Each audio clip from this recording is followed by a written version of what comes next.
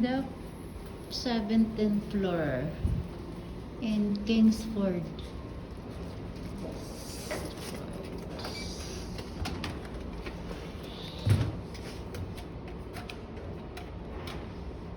So that is our room.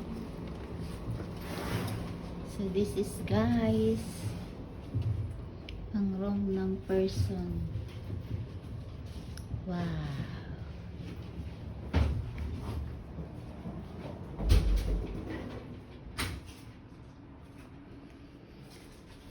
So they have coffee, wow, nice, and they have free waters, and then electric kettle, and then of course tissue and telephone. So, and a little chair here, and then a big chairs, and then if you open, you can see the downstairs construction site. So that is what you see here. Sad, and then here the towel. So actually they don't have closet. This is only like, and then the slippers and the deposit box if you want for deposit box.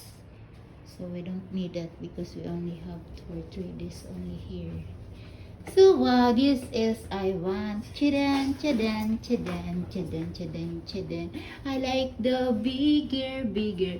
So by the way, so yan talaga kapag dancer talaga.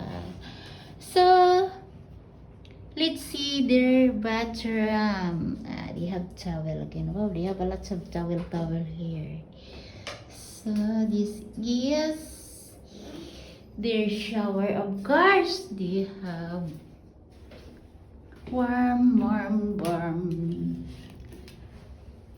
So they have warm. So this is it. So they have a toothbrush. So this is the toothbrush, this towel, and then the hairdresser. So and then there's soap. God, so that is, and you can use this one if you don't for shiver.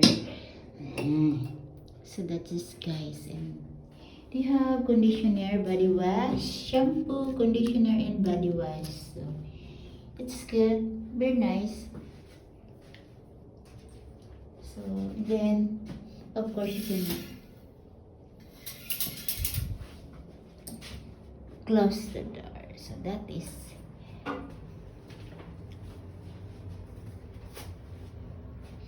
So here the asawa is there.